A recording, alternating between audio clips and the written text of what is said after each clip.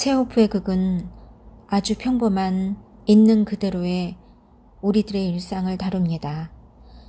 그 평범함 속에 특별한 무엇이 있습니다. 현대극의 기원인 체호프의 4대 장막극 중 하나인 갈매기는 초연에 실패하지만 3년 후인 1898년 공연되어서 대단한 성공을 거둡니다. 그때의 체호프 나이는 38세입니다. 갈매기에서 주인공들은 서로 공허한 독백을 합니다. 이는 인물들 간의 소통의 부재가 원인입니다. 주인공 뜨레폴예프의 엄마인 아르카지나는 젊어서 한때는 재능이 있고 지혜롭고 책을 보며 울 줄도 알고 네크라소프의 시를 전부 암송하고 아픈 사람들을 천사같이 돌보았습니다.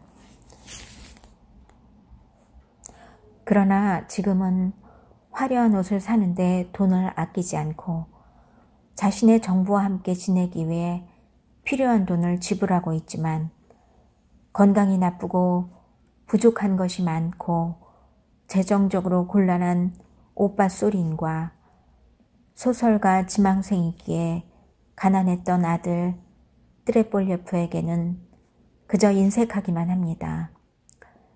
뜨레폴예프의 엄마 아르카지나는 스스로 연극을 사랑하는 여배우이고 자신은 인류와 그 신성한 예술에 봉사한다고 생각하고 있습니다. 아들이 시도하고 있는 새로운 형식의 연극에 대해서는 기성세대에 대한 강요이자 나쁜 근성이라는 편견에 사로잡혀서 아들의 작품을 비하하고 그를 우스꽝스럽게 만들며 마음에 깊은 상처를 줍니다. 아들의 극심한 반대에도 불구하고 삼류 소설가인 뜨레고린을 정부로 두고 물질적인 삶을 추구하는 전형적인 속물입니다. 다른 한편으로는 아들을 걱정하고 아들에게 닥칠지도 모르는 비관적인 상황을 두려워하기도 하지만 그녀는 자신의 욕망을 포기하지 않는 아주 이기적인 삶을 살아가는 여인입니다. 시대적으로는 100년이 훨씬 더 지난 스토리이지만 시대를 초월하여 21세기인 현재에서도 흔히 찾아볼 수 있는 연구 대상의 캐릭터입니다. 새로운 형식에 대해서 뜨레폴예프는 이렇게 생각합니다. 하지만 제가 보기에 요즘의 연극은 구태의연한 편견에 불과합니다. 막이 오르고 저녁의 조명 아래서 세 개의 벽으로 둘러싸인 방 안에서 그 위대한 연기자들이, 신성한 예술의 사제들이, 사람들이 먹고 마시고 사랑하고 양복을 입고 걸어다니는 것을 흉내냅니다.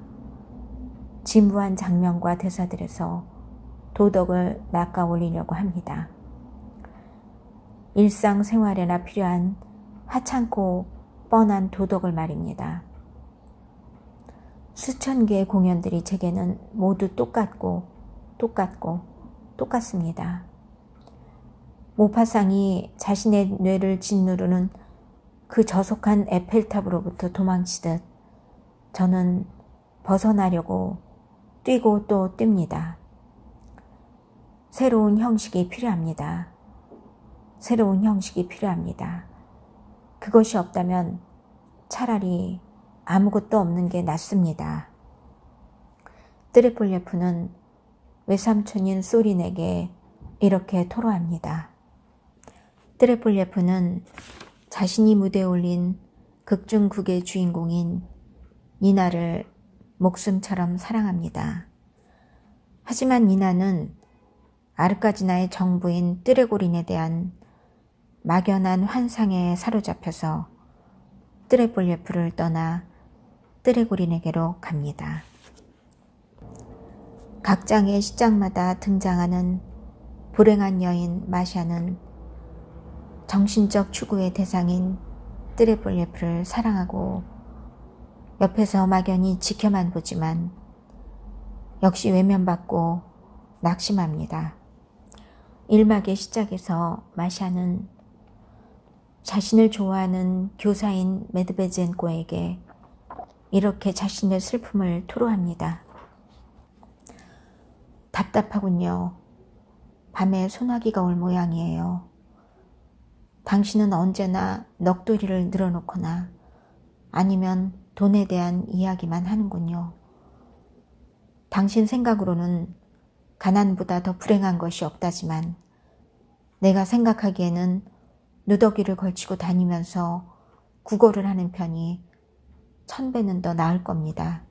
차라리. 아니, 당신은 이해하지 못하겠지만.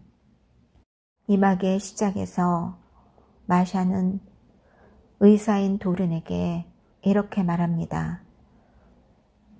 무척이나 오래전에 태어난 것처럼 느껴집니다. 제 인생을 끝없는 치맛자락처럼 질질 끌고 다니죠. 살고 싶지 않다는 생각이 자주 듭니다. 물론 이건 쓸데없는 생각이겠죠. 기운을 차리고 이런 생각에서 벗어나야 하겠죠. 엄마에게서 조롱을 받고 혹평을 받은 희곡에 대해서 의사 도르는 트레볼예프에게 용기를 줍니다. 콘스탄틴 가브릴로비치, 당신의 희곡이 아주 마음에 들더군요. 이상한 데가 있고 끝까지 다 보지는 못했지만 그래도 강한 인상을 받았죠. 당신에게는 재능이 있습니다. 계속 써봐요. 이렇게 예민해서야 눈물까지 글썽거리고 내가 하고 싶은 말이 뭔지 알겠나요? 당신은 추상적인 사상의 영역에서 작품의 주제를 끌어왔어요. 예술 작품이라면 반드시 뭔가 거대한 사상을 표현해야 하는 것이 당연하지요. 진지해야만 아름다울 수 있는 겁니다. 하지만 예술가가 창작을 할 때 느끼는 것과 같은 그런 정신이 고양되는 순간을 체험했다면 나는 아마도 이 물질적인 겉껍질과 그것에 속한 모든 것을 경멸하고 지상을 떠나 좀 더 높은 곳으로 올라갔을 겁니다. 그리고 한 가지 더, 작품 속에는 반드시 명료한 특정 사상이 담겨야 합니다. 왜 글을 쓰는지를 알고 있어야 하죠. 그렇지 않고 일정한 목적도 없이 길을 걷는다면 길을 잃을 것이고 당신의 재능은 오히려 당신을 붕괴시킬 겁니다.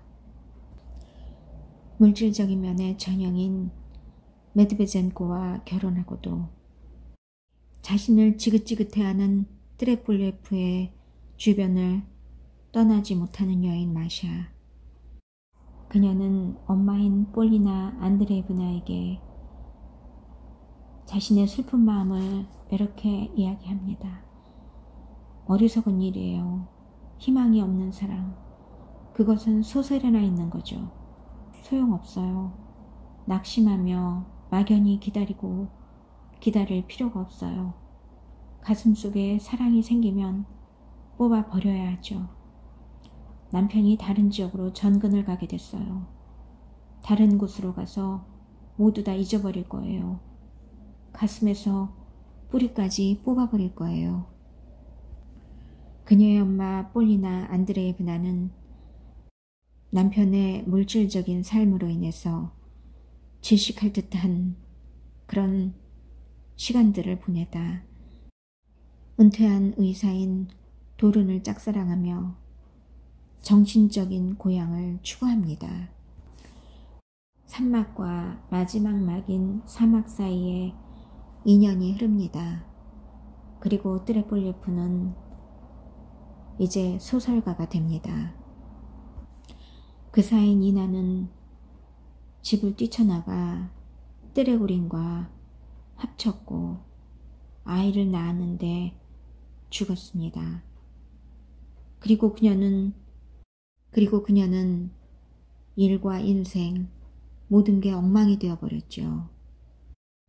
뜨레고린에게서 버림받고 돌아온 니나와 만난 뜨레볼레프는 니나에게서 이런 이야기를 듣습니다.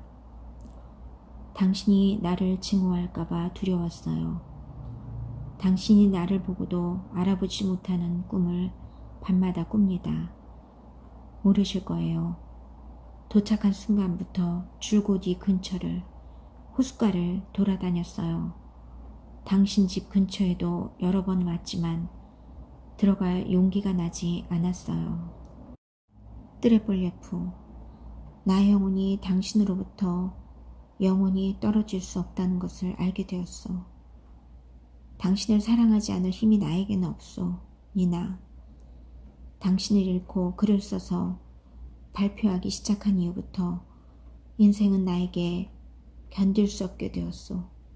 고통스러웠소. 나의 젊음은 갑자기 끝나버리고 이 세상에서 마치 90년이나 산 듯했소. 나는 당신을 부르며 당신이 지나간 땅에 입을 맞추어 어디를 바라봐도 당신의 얼굴이 떠오르고 내 인생에 가장 행복했던 시절을 비추었던 그 부드러운 미소가. 나는 외롭습니다. 아무도 따뜻하게 감싸주지 않지요. 땅속에 갇혀있는 듯 춥습니다. 그래서 무엇을 써도 온통 건조하고 냉담하고 우울합니다. 여기에 남아줘요, 니나. 부탁합니다. 아니면 나와 함께 떠나요. 니나. 당신이 갈매기 쌌던 것 기억나세요? 우연히 어떤 사람이 찾아와 발견하고는 아무 이유도 없이 파괴하고 작은 이야기거리. 아니에요. 이제는 알고 이해해요, 꼬스자. 우리의 일에서 연기를 하건 글을 쓰건 마찬가지죠. 중요한 것은 꿈꿨던 빛나는 명예가 아니라 견뎌내는 능력이에요. 자신의 십자가를 지고 신념을 가져야 해요. 나는 신념을 가지고 있어서 고통스럽지 않아요. 나의 소명을 생각할 때면 인생이 두렵지 않지요. 뜨레볼예프, 당신은 당신의 길을 찾으셨군요. 어디로 가야 하는지 알고 있군요. 하지만 나는 공상과 환상의 혼돈 속을 헤매고 있습니다. 도대체 왜 누구에게 필요한지도 모릅니다. 나에게는 신념도 없습니다. 소명이 무엇인지도 모릅니다. 뜨레볼예프, 그는 결국 권총으로 자살하고 맙니다. 정신적인 추구와 물질적인 현실과 조화를 이루지 못하고 자신의 삶에서 길을 잃고 만 것이지요. 그는 도른에게 이렇게 말합니다. 의사 선생님, 종이 위에서 철학자가 되는 것은 쉽지만 실제로 되는 것은 정말 어렵습니다.